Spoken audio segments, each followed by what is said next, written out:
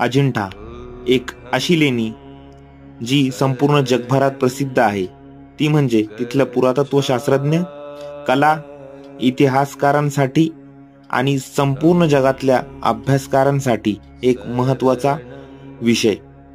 ही लेणी भारतातल्या वेगवेगळ्या राजसत्तांच्या काळात खोदली गेलेली आहे। सातवाहन, गुप्त, वाकाटक, चालुक्य राजवंश, त्यांची प्रजा, तिथले धनिक सावकार, समृद्ध कृषी तसेच व्यापारी श्रद्धावंत यांचा राजाश्रय या संपूर्ण लेणीला लाभलेला आहे आणि या दानातूनच या संपूर्ण लेणीचा निर्मिती व उदय झालेला आहे।